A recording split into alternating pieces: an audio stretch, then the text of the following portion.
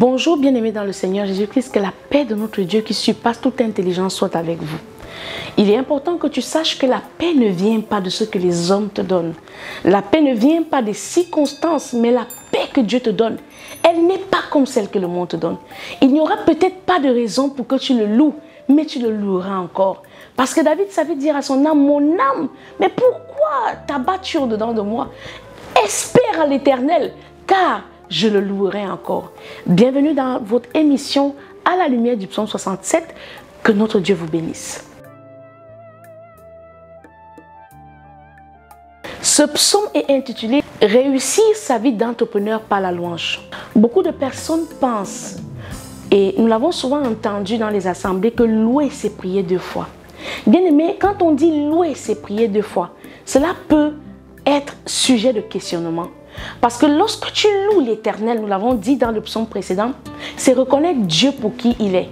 Mais lorsque louer devient une double prière, il y a déjà un vice dans la louange. Car louer Dieu ne serait être une recette miracle pour le succès. Cela serait en d'autres termes pervertir le caractère de la louange. Car la louange doit être sanctifiée. Elle doit être issue d'un cœur pur. Car la louange est adressée à Dieu et non à ceux qui t'écoutent. Ce n'est donc pas une méthode pour faire prospérer qui que ce soit ou pour exciter les gens à l'église. La louange est un acte de révélation par lequel nous reconnaissons Dieu pour qui il est dans les moments troubles. Car notre environnement, notre chair peut nous dire que nous sommes au seuil de la mort. Comme Job voyait sa chair tomber à lambeaux, mais il a loué l'Éternel dans cette douleur et a dit, je sais que mon Rédempteur est fidèle, il se lèvera le dernier et il parlera en ma faveur. C'est cela la louange, parce que la louange est un élan de cœur. La louange est une prière audible qui s'élève à Dieu en cantique pour parler d'un Dieu que nous connaissons et non d'un Dieu que nous espérons seulement. Car celui que tu espères peut ne pas venir. Celui que tu attends et supplies, si tu n'es pas un ami, peut même rejeter ta demande. Mais le Dieu que tu le loues parce que tu sais qu'il est celui qui secourt, qui délivre, qui apaise, qui sauve et même qui restaure. Psaume 37, du verset 1 au verset 4, nous lisons au nom du Seigneur Jésus-Christ. Ne t'irrite pas contre les méchants, n'envie pas ceux qui font le mal, car ils sont fauchés aussi vite que l'herbe, et ils se flétrissent comme le gazon vert. Confie-toi en l'Éternel et pratique le bien. Et le pays pour demeure et la fidélité pour pâture. Voici l'un de mes meilleurs versets, ou je dirais même le verset qui a changé la qualité de mon intimité avec Dieu. Beaucoup de personnes pensent qu'aller à l'étranger, c'est cela en fait qui est source d'élévation et de bénédiction. Ne va pas à l'étranger si Dieu ne t'a pas envoyé là-bas. N'aie pas des projets d'immigration si le Saint-Esprit ne t'a pas révélé que tu dois voyager. La Bible déclare ici dans le psaume 37 du verset 1 au verset 4, précisément au verset 3, « Et le pays pour demeure et la fidélité pour pâture. » Il y a des choses dans la nation où Dieu t'a fait voir le jour. Il y a un héritage que d'appartenir à une tribu. La tribu de Juda ne saurait être, bien aimé, une autre tribu. Lorsque Dieu te fait naître dans un pays, tu es une bénédiction pour cette nation-là. Découvre les plans de Dieu à ton sujet et la qualité de ta louange va changer. Beaucoup de personnes louent Dieu parce qu'ils attendent des choses de Dieu. Mais tu loues Dieu parce que tu as la révélation de qui il est. Alors même si ta chair tombe à lambeaux, la louange n'est pas différente et n'est pas dissociable de la prière. Fais de l'Éternel tes délices et il te donnera ce que ton cœur désire.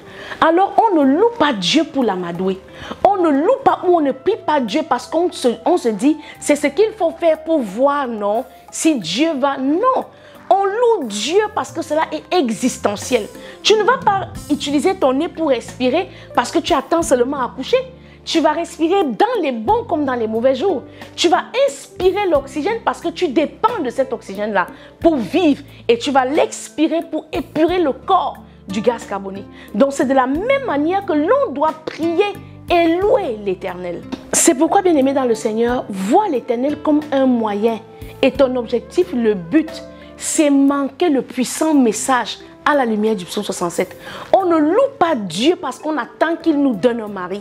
On ne loue et célèbre pas Dieu parce qu'on attend qu'il nous donne un contrat. On a postulé pour un emploi et on va louer Dieu parce qu'on attend qu'il fasse. Non, ce serait mal comprendre l'objet de la louange. Car Jésus a été clair. L'heure vient où les adorateurs, ceux qui connaissent le Père, l'adoreront en esprit et en vérité. On ne loue pas Dieu parce qu'on attend de Dieu. Non, il n'est pas un moyen. Il n'est pas la monnaie de change pour que nous soyons heureux. Non, nous louons Dieu parce que cela est tacite avec la prière. Nous louons Dieu parce que cela fait partie de la sanctificature. On ne peut pas parler de Jésus-Christ sans parler du Saint-Esprit. On ne peut pas parler de prière sans louange. C'est impossible. Mais plutôt nous devons trouver notre plaisir en l'Éternel. Nous avons lu dans le psaume 37 au verset 4.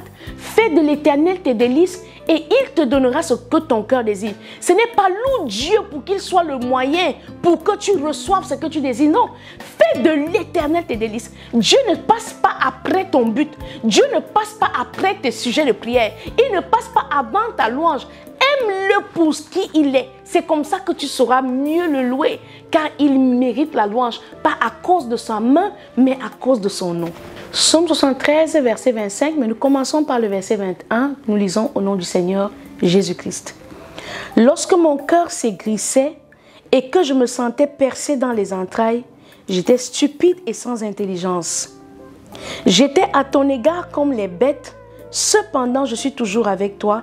Tu m'as saisi la main droite, tu me conduiras par ton conseil, puis tu me recevras dans la gloire. Quel autre au ciel ai-je que toi, et sur la terre, je ne prends plaisir qu'en toi. Bien-aimé dans le Seigneur, tu vois comment le psalmiste ici, oui, ça c'est le psaume d'Asaph, il peut dire avec assurance que lorsqu'il était méchant, lorsqu'il se sentait malheureux, à cause de ce que lui faisait vivre l'oppresseur. Parce que beaucoup de personnes, quand ils n'ont pas mangé, ou lorsqu'ils n'ont pas été aimés à leur juste valeur, ou lorsqu'ils ont des problèmes dans leur couple, ils amènent cela à l'église. Tu peux même sentir qu'il y a une différence de consécration. Non! La Bible déclare dans le psaume 73 du verset 21 au verset 25. Bien-aimé dans le Seigneur, nous avons expliqué ici, bien-aimé, que Asaph était l'un des chantres en chef qui a été institué parmi les chantres que David a suscité comme Lévi, cette tribu d'adorateurs. Et donc, il te dit aujourd'hui, lorsque lui, il se sentait mal, il se sentait découragé de voir combien les hommes sont mauvais autour de lui et combien les hommes sont ingrats, il faisait mal. Alors, Dieu l'a saisi par sa main, comme Dieu te saisit aujourd'hui par sa main. Dieu l'a saisi dans son conseil, comme Dieu aujourd'hui te dit à quoi sert la louange. On ne loue pas Dieu parce qu'on est satisfait dans nos attentes. On ne loue pas Dieu parce qu'on a apporté un enfant comme témoignage à l'église. Non, on loue Dieu même dans le profond de notre douleur. C'est pourquoi, bien-aimé dans le Seigneur, au verset 23, il dit « Cependant, je suis toujours avec toi. Tu m'as saisi par la main droite. Tu me conduiras par ton conseil. Puis tu me recevras dans ta gloire. Quel autre ciel ai-je que toi ?» On loue Dieu parce que sans lui, nous ne pouvons rien. On loue Dieu parce qu'il est celui qui apporte le retentissement de la gloire dans notre vie. Peu importe les moments par lesquels nous passons, il reste Dieu. Psaume 119, verset 16, nous lisons au nom du Seigneur Jésus-Christ. « Je fais mes délices de tes statuts, je n'oublie point ta parole. » Bien-aimé, quelle que soit l'affliction de l'ennemi, fais de tes délices les statuts de l'Éternel, la parole de l'Éternel, les recommandations, la loi, toutes ces choses qui plaisent à Dieu dans les Saintes Écritures. Oui, il est écrit, je fais de mes délices tes statuts et je n'oublie point ta parole. La Bible déclare que ceux qui n'ont pas la parole de Dieu en lui ne l'ont point aimé, car celui qui aime l'Éternel, la parole de Dieu demeure en lui. Il y a donc deux types de louangeurs, celui qui loue Dieu du bout des lèvres, parce qu'il est celui qui fait semblant dans une assemblée que tout va bien, alors qu'au fond de lui, il n'a pas la joie de son salut, il n'espère pas en l'Éternel, mais il fait les choses comme des exercices spirituels qui concourent à la sanctificature. Il y a ce deuxième louangeur-là comme Asaph qui sait que malgré les tourmentes, malgré les difficultés de la vie, son Rédempteur, comme dans la vie de Job, se lèvera le dernier et il parlera en sa faveur. 2 Pierre chapitre 3 du verset 5 au verset 8, nous lisons au nom du Seigneur Jésus-Christ. Ils veulent ignorer en effet que des cieux existèrent autrefois par la parole de Dieu, de même qu'une terre tirée de l'eau est formée au moyen de l'eau, et que, par ces choses, le monde d'alors périt, submergé par l'eau, tandis que par la même parole, les cieux et la terre d'à présent sont gardés et réservés pour le feu, pour le jour du jugement et de la ruine des hommes. Mais il y a une chose, bien-aimée, que vous ne devez pas ignorer, c'est que devant le Seigneur, un jour est comme 1000 ans et 1000 ans sont comme un jour. C'est pourquoi lorsque la louange est pervertie, la qualité de notre adoration ici est pervertie. Et si la qualité de l'adoration est pervertie, c'est que nous n'avons pas une bonne foi. Parce que tout part de la foi. La Bible déclare que, or, sans la foi, il est impossible d'être agréable à Dieu. Donc si je n'ai pas la foi, je n'aurai pas une bonne louange. Et d'où vient la foi? La foi vient de la parole. Oui, la foi vient de ce que l'on entend et ce que l'on entend vient de la parole. Donc tout ceci est un ensemble, un tout. Lorsque la base ou lorsque la fondation d'une maison est mal posée, on n'aura jamais une bonne structure. Si je n'ai pas la foi, si je n'ai pas écouté ce que dit les Saintes Écritures, je ne saurais pas louer Dieu, je ne saurais pas adorer Dieu, je ne saurais même pas comment me comporter dans des moments difficiles. C'est pourquoi nous disons ici que les psaumes sont des exercices d'application de notre foi. Alors, si j'ai un problème dans ma vie, à la lumière du psaume 67, je sais désormais que je ne vais pas réussir dans l'entrepreneuriat parce que je vais flatter Dieu par la louange. Oh Seigneur, si tu me bénis, si tu me fais ci, moi je vais te faire ça. On ne pose pas des conditions à Dieu. On loue Dieu pour ce qu'il est. Et on attend le bras du Dieu en qui nous avons placé notre foi. Et donc, la Bible déclare ici que c'est de même que certaines personnes font exprès et le disent même que c'est en Afrique que l'on a trouvé le premier homme. Ça n'existe nulle part. Or, c'est par la foi que nous reconnaissons que la terre et le ciel, nous citons ici le livre de Hébreux, la terre et le ciel ont été faits de choses invisibles. Oui, car aujourd'hui, la terre que nous piétinons, qui est un sec, a été tiré de l'eau. C'est pourquoi cela nous est encore révélé lorsque Dieu sépare les eaux de la mer pour laisser passer le peuple au sec. C'est le miracle de la création. C'est l'authenticité de la puissance de Dieu que tu dois louer. Tu ne le loues pas pour aujourd'hui, mais tu le loues pour ce qu'il a fait dans le passé, pour qui il a été pour Moïse, pour qui il a été pour Abraham, pour le secours qu'il a apporté à Jésus-Christ, en lui rendant témoignage par la résurrection. Bien-aimé dans le Seigneur, ne te limite plus à être cet ignorant-là qui va louer Dieu parce qu'il a reçu un miracle ou parce qu'il a eu un visa. Non, nous louons Dieu parce que nous connaissons le Dieu que nous louons. Il mérite notre louange, il mérite notre reconnaissance, il mérite notre panégyrique. Nous devons faire cette rédaction des louanges à l'Éternel par notre louange. C'est pourquoi les psaumes sont par excellence des cantiques. C'est des louanges à l'Éternel. Quand tu entends comment Asaph s'exprime, quand tu entends comment David s'exprime, quand tu entends comment Moïse s'exprime dans le psaume 66, tu peux voir que le Dieu qui a été dans le passé, plus qu'il est le même hier, aujourd'hui et éternellement, il le fera certainement dans ta vie. Il le fera encore plus puissamment parce qu'il est écrit que le voile du temple sera déchiré à la fin de cette semaine pascale. Tu ne seras plus celui qui s'arrête dans les parvis. Tu ne seras plus un serviteur. Non, tu iras dans les lieux saints. Mais non, encore plus que les lieux saints, tu es intronisé dans les lieux saints à devenir aujourd'hui un temple de l'Éternel. C'est pourquoi, bien-aimé dans le Seigneur, le psaume 67 est une clé de David, présentant l'autorité royale de Jésus. Une autorité royale et souveraine, détachée de tes sentiments, détachée de tes émotions, mais plus puissante que ce que tu peux comprendre dans le mot puissant. C'est pourquoi nous allons lire dans le livre de Lévitique pour voir ce qu'était l'ancienne gloire, parce que nous parlons ici de deux médiateurs. Nous parlons du premier médiateur qui était Moïse et du second médiateur qui est Jésus-Christ de Nazareth. Or, la Bible nous déclare que la gloire de la seconde maison sera supérieure à celle de la première. Dans la première maison, ce qu'on pouvait apporter à Dieu, c'était des sacrifices, c'était des offrandes, c'était des choses qui étaient prélevées dans les victoires qu'il nous accordait. Mais désormais, tout ce que tu peux offrir à Dieu, qui s'est donné lui-même en sacrifice, ô bien-aimé, sur la croix, pour la rédemption de tous, c'est le fruit de tes lèvres, hautement supérieur à une louange ordinaire. Lévitique 19, verset 20, nous lisons au nom du Seigneur Jésus. Lorsqu'un homme couchera et aura commerce avec une femme, si c'est une esclave fiancée à un autre homme et qui n'a pas été rachetée ou affranchie, ils seront châtiés. Mais non punis de mort parce qu'elle n'a pas été affranchie. L'homme amènera pour sa faute à l'Éternel, à l'entrée de la tente d'assignation, un bélier en sacrifice de culpabilité. Le sacrificateur fera pour lui l'expiation devant l'Éternel pour le péché qu'il a commis avec le bélier offert en sacrifice de culpabilité, et le péché qu'il a commis lui sera pardonné.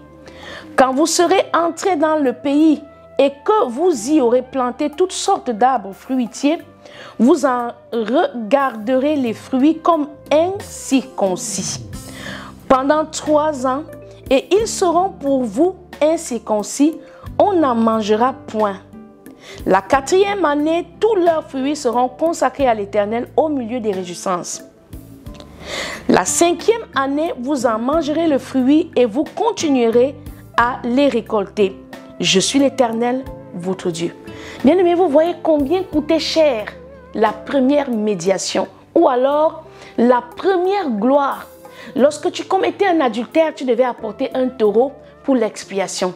Et ça même encore lorsque la femme avec laquelle tu as commis l'adultère n'était pas née de nouveau. Et si un tel acte était trouvé parmi un enfant qui a connu la nouvelle alliance, selon l'Ancien Testament, bien aimé dans le Seigneur, une telle personne devait être punie de mort. Mais aujourd'hui, nous voulons tout prendre à la légère. Aujourd'hui, nous sommes capables de parler à Dieu comme si il était notre commissionnaire. Oh Seigneur, je me tiens devant toi, je te tiens à ta parole, je te tiens au mot Seigneur. Il y a un type de louange et même des chansons de grands chanteurs de renom que lorsque tu as la révélation de qui Jésus-Christ est, tu ne peux même pas chanter. La Bible dit d'examiner toutes choses à la lumière de l'esprit. Il y a des chansons aujourd'hui dites des chansons de Dieu. Lorsque tu as la révélation de qui Jésus-Christ est, cela ne peut même pas passer sur le bord de tes lèvres. Parce que la louange n'est pas une action par laquelle nous flattons l'Éternel. La louange n'est pas une action par laquelle nous voulons amener Dieu à devenir notre camarade. Imaginez-vous un peu ce qu'était l'ancienne alliance. Les gens qui ont l'habitude de croire. Nous voyons dans les réseaux sociaux les gens qui soutiennent la loi de Moïse et qui l'amènent comme étant une loi pour revendiquer la polygamie. Mais c'est terrible. Parce que quand on examine ce qu'était la loi, la chair n'avait pas la capacité de se tenir. Tu imagines qu'à cause de la loi, lorsque Dieu te donnait une terre, cette terre sur laquelle tu as planté des fruits, tu devais faire 3 ans sans toucher aux fruits. Ça veut dire que le manguier a une bonne portée. Les branches du manguier pèsent remplies de mangue. Mais ni toi ni tes enfants ne pouvaient toucher. Et cela pendant 3 ans. Et avant même d'être capable de sucer ces fruits-là, il faudrait encore dire une grande fête à l'Éternel. Célébrer en cantique de louange. Bien aimé, si on m'avait mis à cette époque, je suis sûre que je n'aurais pas tenu. Parce que quand je regarde ma misère, je vois l'amour de Dieu accompli en cette semaine sur la croix comme le seul moyen pour moi d'exister. Parce que tellement je suis incapable d'être même consciencieuse pour oser tenir face à la loi. Et je bénis le nom de Jésus-Christ qui s'est donné en offrande pour moi. Pour des personnes comme moi qui sont indignes, mais que lui peut qualifier. Car il dit que le faible dit je suis fort. Que le pauvre dise je suis riche. Je bénis l'Éternel pour ça. À combien plus forte raison aujourd'hui devons-nous donner notre louange à l'Éternel. Ce nouveau fruit, mais qui est le fruit de nos lèvres. Cela devait être tacite. Que tu sois en joie ou en larmes, tu devrais louer Dieu si tu sais qui il est. Car ce n'est pas tes larmes d'aujourd'hui qui sont la fin de ta destination. Car ce n'est pas cette mer rouge devant toi que Dieu ne peut ouvrir. Ce n'est pas ce mariage difficile que Dieu ne peut transformer. Car il a bien changé l'eau en vin aux noces de Canaan.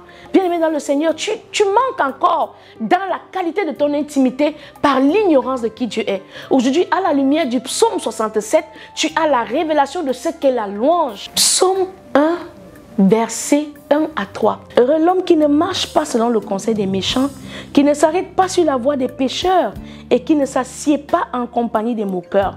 Le verset qui nous intéresse, verset 2.